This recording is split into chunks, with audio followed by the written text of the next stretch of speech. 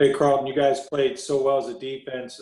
None better probably than Devon White. Can you tell me just sort of what he means to you on defense and what you made of the game that he had against the Saints?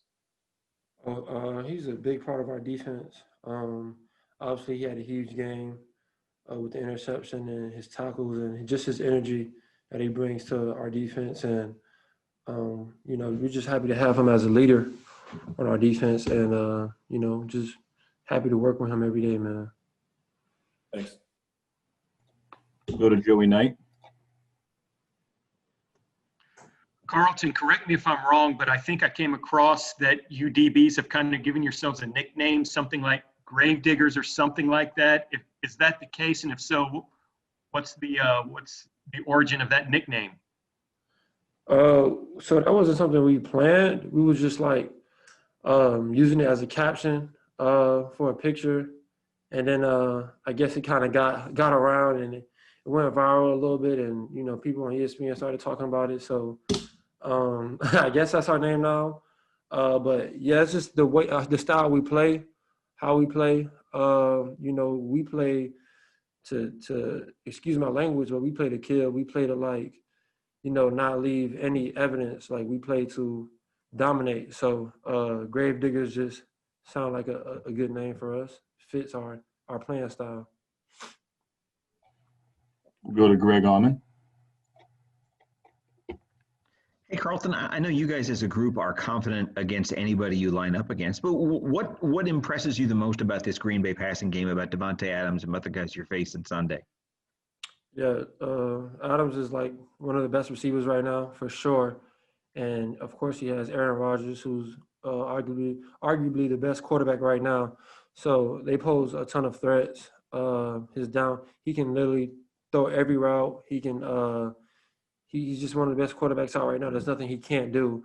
And it's the same with Adams. He can run every route. There's not much he can't do. So we'll have our hands tied come Sunday. We'll go to Luke Easterling.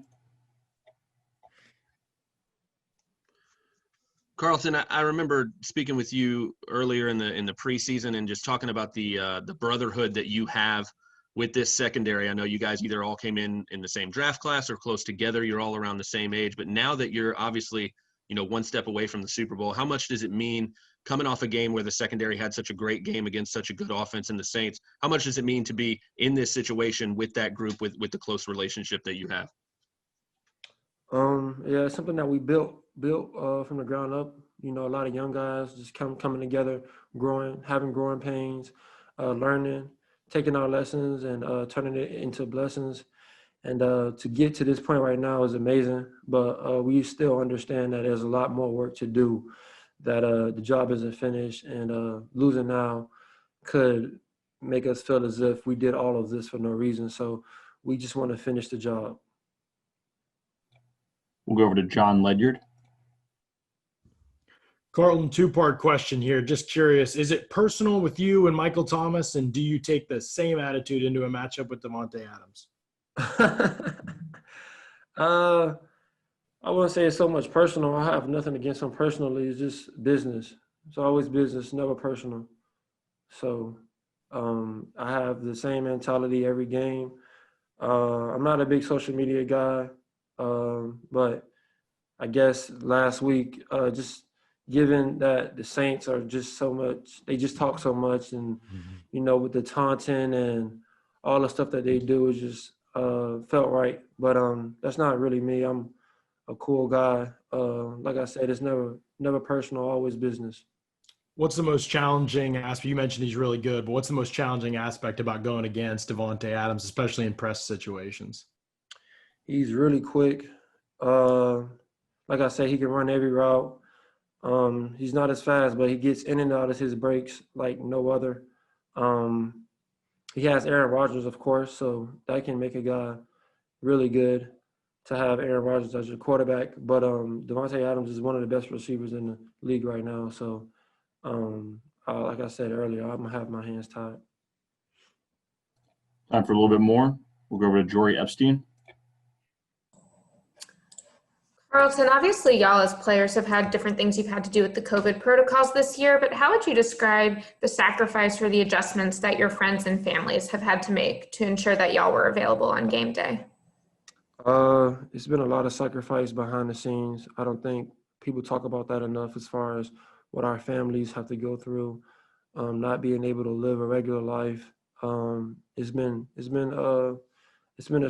an adjustment for sure.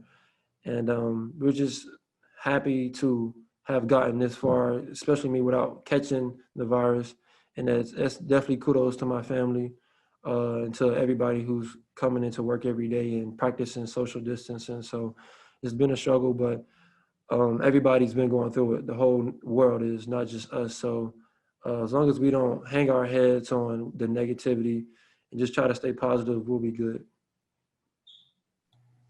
Okay, we'll go one more from Henrique. Carlton, hi. When you face a guy like Rodgers, he's really good playing outside of the pocket. So, as a defensive player, what do you feel that is the most important thing to do when the play breaks down for him not to be able to get a big game?